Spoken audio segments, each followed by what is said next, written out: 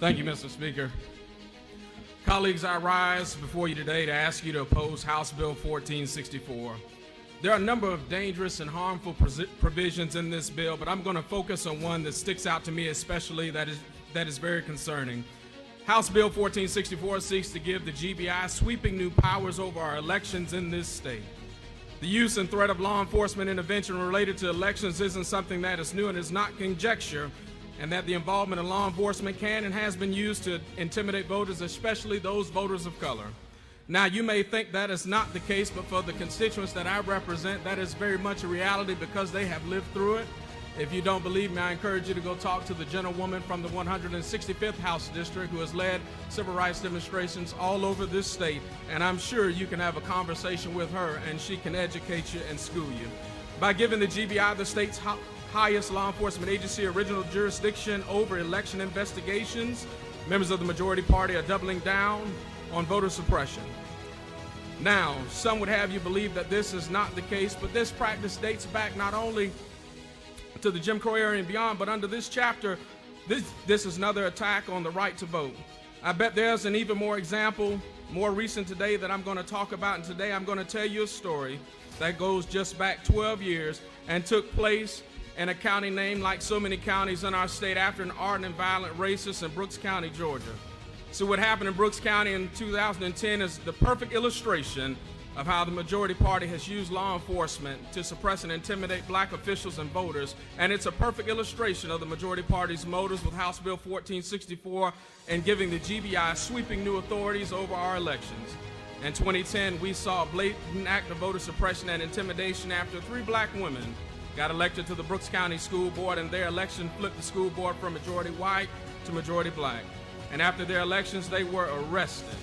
12 black people in total were arrested under the direction of the Secretary of State, who was Brian Kemp at the time, and these 3 women and 9 of their allies and friends were all arrested, and they were charged with 120 counts of voter fraud. And what truly was their crime?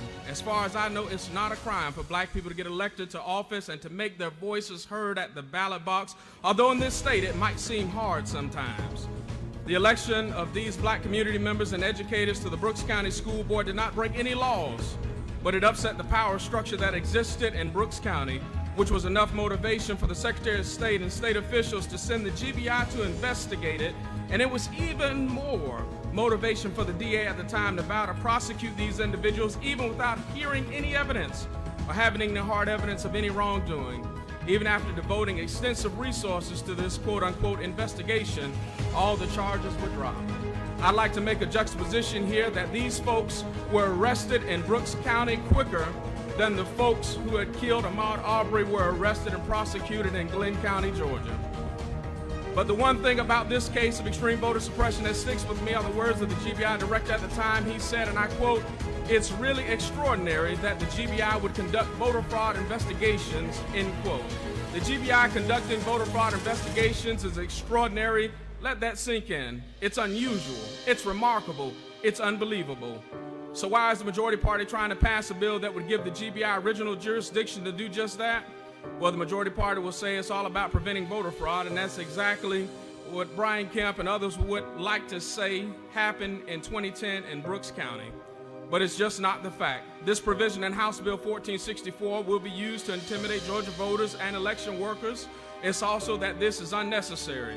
The State Election Board already has the power to investigate alleged violations of our election laws under OCGA 21-2-31. We very clearly do not need this bill. My colleagues in the majority party and in the minority party agree that our most recent elections have been the safest and the most secure elections we've ever had in this state. So I ask the question today, why are we doing this? The people of our state have so many important needs, and we as the legislative body have the power with the stroke of a pen to change the lives of countless Georgians for the better, but instead we're using them during this time to pass a harmful and unnecessary voter suppression bill.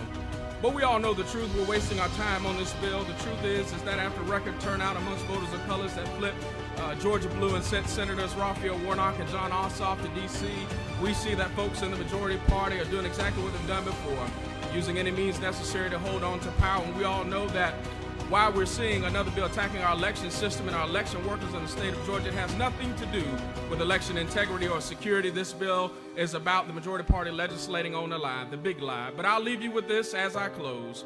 Something we've all heard before, and my grandmother used to say this: a lie don't care who tell it.